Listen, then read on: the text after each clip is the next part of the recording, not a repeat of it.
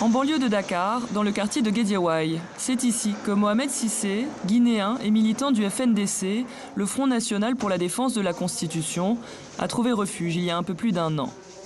Il raconte, arrêté en juillet 2024 à Conakry avec les opposants Fonike Mengue et Mamadou Biloba alors qu'ils préparaient une manifestation, ils sont conduits dans un camp militaire sur l'île de Kassa.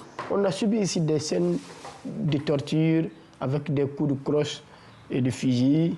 Et ils nous giflaient, ils nous battaient un peu partout sur le corps. Je ne pouvais pas trop tenir sur les coups de torture. Donc j'avais pensé que bon, là, je ne pourrais pas y survivre. 24 heures plus tard, Mohamed est abandonné au bord de la route, inconscient, avant d'être secouru par des riverains. De ses deux compagnons, aucun signe de vie depuis plus d'un an. Après avoir témoigné sur les réseaux sociaux, Mohamed choisit l'exil, par crainte pour sa sécurité. À l'instar des 7 autres résidents de Caribou. Parmi eux, un militant congolais du mouvement citoyen La Lucha, qui a vu certains de ses camarades se faire assassiner ou être portés disparus. Nous étions des cibles. Lorsque j'ai quitté ma ville de Goma, je me disais, qu'est-ce qui va arriver ?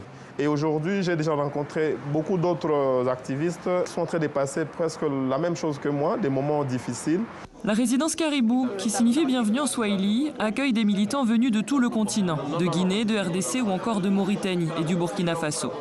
Elle a été montée par Y'en a marre, mouvement citoyen historique créé il y a 14 ans, bien connu au Sénégal pour avoir été le fer de lance de la contestation contre un 3e mandat d'Abdoulaye Wade. Le continent, certes, on appelle un développement et on dit que c'est le continent de l'avenir, mais voilà, il y a pas mal aussi de freins, notamment en termes de malgouvernance et de persécution et d'autoritarisme qui sont quand même vraiment existants et qui font mal à voir.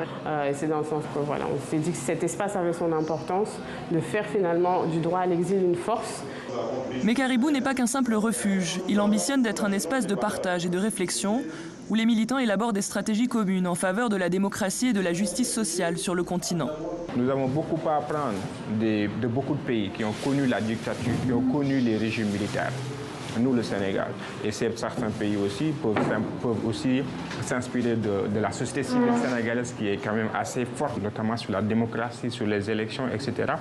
Donc pour nous, ce genre d'espace-là, de dialogue, d'échange, est très très important pour les mouvements citoyens. La phase de test du projet doit durer 2 ans, mais l'ambition affichée par Y'en a marre est à terme de quitter Dakar pour ouvrir un espace plus grand.